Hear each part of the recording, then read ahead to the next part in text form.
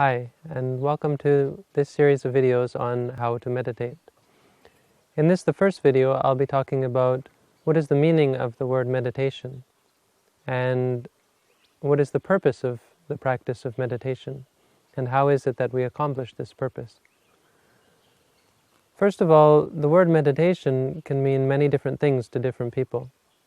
For some people, meditation means simply a calming of the mind, and creating of a pleasurable or a peaceful state of being for some time, as sort of like a vacation or an escape from the reality around us. For other people, meditation can mean a extraordinary or a special experience of some alternate state of reality, perhaps creating magical states of or super mundane states of awareness. In this video, I'd like to take the word meditation, first of all, back to its root and explain it based on the meaning of the word meditation. When we look at the word meditation, we can see that it comes from a root very similar to the word medication. And so whereas medication means something which is used to cure the sicknesses which exist in the body, we then can understand meditation as something which is used to cure the sicknesses which exist in the mind. So as opposed to, when we look at medication, we can see that as opposed to a drug, it's not something that simply creates a state of pleasure or a state of happiness for some time. It's something which is actually used to effect a change in the body, a state of greater bodily health, bring the body back to its natural state of health. So in this way, meditation, we can understand it as something which not simply brings about a state of peace or calm temporarily. It's something which returns the mind, which may, for many of us, be in a unnatural state of being, based on its worries or stresses or conditioning, any kinds of conditioning from the world, the experience of the world around.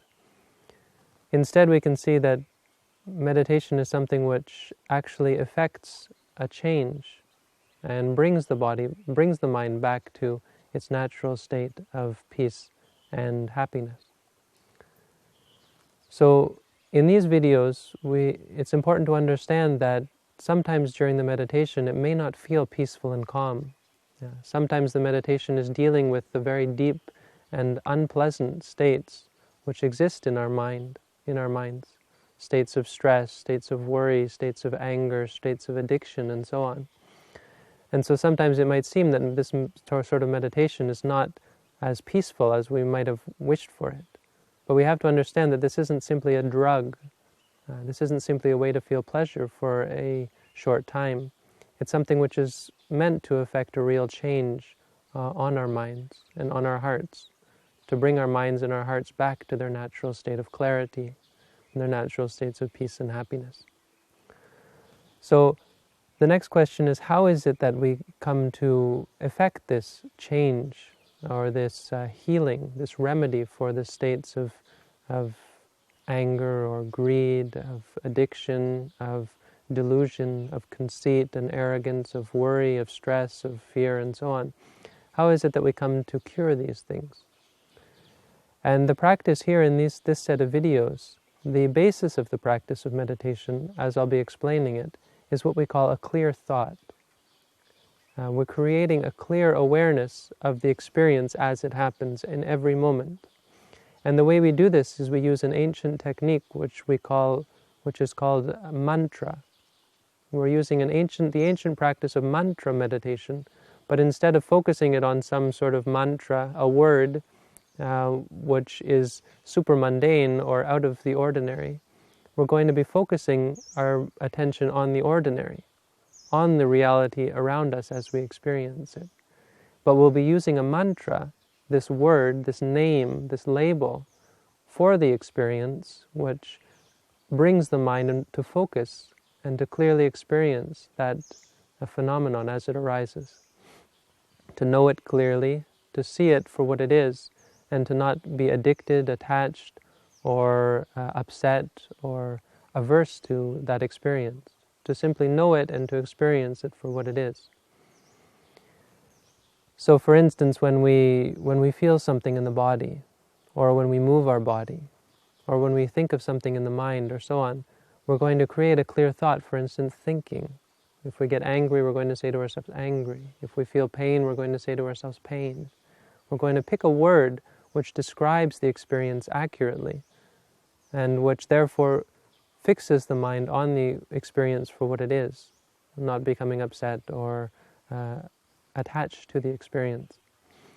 And to do this, traditionally we'll break experience or break reality up into 4 parts. And so we can label reality in one of these 4 parts. Whatever we experience will be somewhere within these 4 parts. And on a basic level, these 4 parts are called body, the movements or the positions of the body, feelings, the sensations which exist in the body and in the mind when we feel pain or happiness or calm. The mind, this is the thoughts which exist in the mind, when we're thinking about the past or the future, good thoughts, bad thoughts, whatever kind of thoughts we have. And number 4, the mental states, the states of mind, whether they be emotional states or whether they be states of clarity or states of drowsiness or states of worry, states of doubt, or so on and so on. These 4, the body, the feelings, the thoughts, and the mental states, are the 4 foundations of the meditation practice. And this is what we're going to use to create a clear thought in the present moment. So for instance, every moment when we move our body, suppose we lift our hand, when we raise our hand, during the time we're meditating, we can say to ourselves, raising. When we're sitting still, we can say to ourselves, sitting. Or whatever position the body is in, we can be simply aware of the position of the body. It's one part of reality that we can use to create a clear thought. The second is the feelings that exist in the body and in the mind. When we feel pain in the body, we can say to ourselves, pain. We can repeat again and again to ourselves. We can say, pain, pain, pain. Instead of allowing the anger or the upset to arise because of the pain, we simply remind ourselves that it's merely a sensation which has arisen in the body.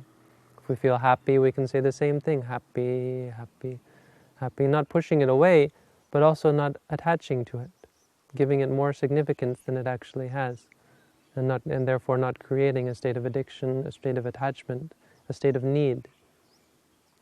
When we feel calm, also we can say calm, calm, calm, and so on.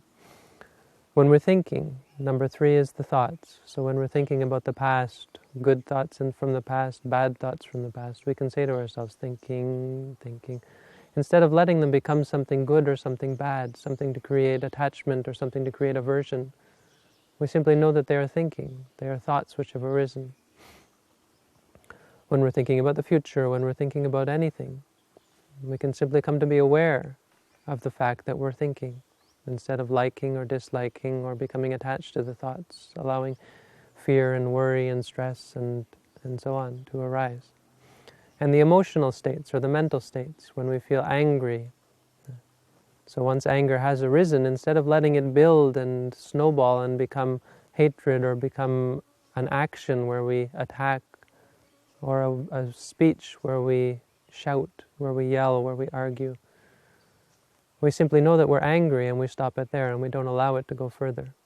When we feel greed, when we want something very bad, instead of taking or trying to trick someone into so that we can get the better of them, stealing or tricking or creating trouble for someone else so that we can get what we want. We see that we want something and we simply acknowledge it for what it is. And therefore we don't need to do bad deeds to get the things that we want. We say to ourselves, wanting, wanting. When we feel lazy or so on and we don't want to do the things which we know we should be doing, we can say to ourselves, lazy, lazy. When we're distracted or worried or stressed, we can say distracted or worried or stressed. When we feel doubt, we don't know if we can do what we need to do, or we're not sure what to do, or we're confused, we can say to ourselves, doubting, doubting, or confused, confused. So this is the basis of the meditation practice as I'm going to explain it in these videos. And this is the introduction on how to meditate. In the next video, I'll be explaining how it is that we practice meditation, starting with sitting meditation. But for now, I'll leave you with this, and I wish for you all to find peace and happiness through the meditation. Thank you.